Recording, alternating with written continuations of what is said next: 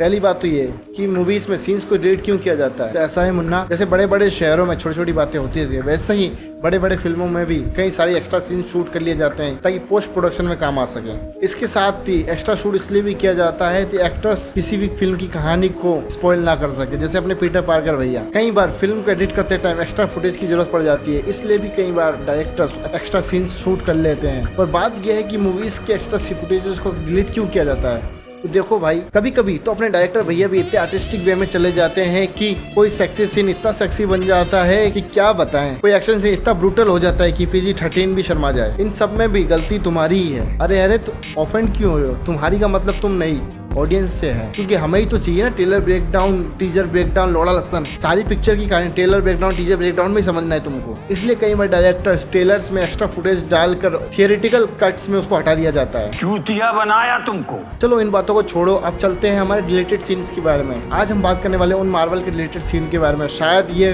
Movies में होते तो ये सीन ज्यादा इम्पैक्टफुल, इमोशनल और भी ज्यादा मजेदार हो जाते। तो बात करें पहले सीन की, तो ये मेरे दिल के काफी करीब है दोस्तों। ये काफी इमोशनल सीन है। आयरन मैन के स्नैप के बाद सारे एवेंजर्स नील डाउन करते हैं, जो मुझे पर्सनली काफी ज्यादा इमोशनल कर देता है दोस्तों। ये सीन टोनी को सच्चा ट्रिब्यूट देने जैसा है दोस्तों। काश ये सीन मूवी में होता तो ये सीन काफी इम्पैक्टफुल और इमोशनल भरा हो जाता।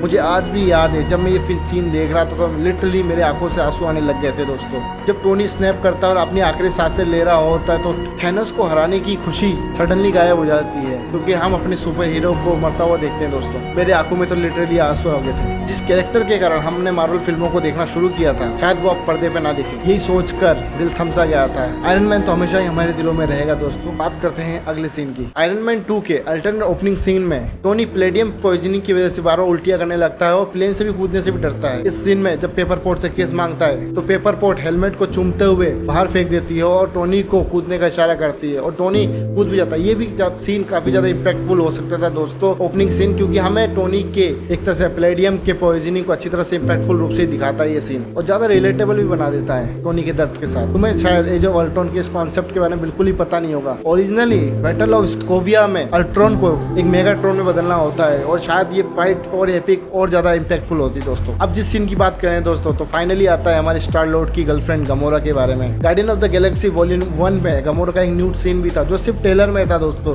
और थियोरेटिकल कट्स में ये हटा दिया गया था। ये पता है ना, डिज्नी पारिवारिक शो ही चलाते हैं ना, तो जब जेम्स गन भैया ने इस सीन को लेके डिज्नी के पास गए होंगे तो डिज्नी वालों ने सिर्फ यही कहा होगा, ये क्या बक रहे हो मादरचोद। खैर गमोरा का ये सीन हमें देखने को नहीं मिला। अगर अगले रिलेटेड सीन के बारे में तुम्हें नहीं पता तो मार्वल फैन नहीं हो दोस्तों। स्पाइडरमैन फार फ्रॉम होम के ट्रेलर में चैरिटी बेनिफिट के फंक्शन में स्पाइडरमैन को रेगुलर सूट पहनते हुए दिखाया गया था, पर थियोरेटिकल कट में ये सूट बदल के आयरन स्पाइडर सूट कर दिया गया था। शायद सही भी था, कहानी के नैरेटिव के हिसाब से आयरन मैन स्पाइडरमैन सूट दिखाना जरूरी भी था, क्योंकि लोग अगला आयरन मैन ही ढूंढ रहे थे। अगर आपको ये वीडियो अच्छी लगी है तो सब्सक्राइब करें, थोड़ा भी मजा आया हो तो लाइक करिए दोस्तों। मिलते हैं अगले कभी रिव्यू में।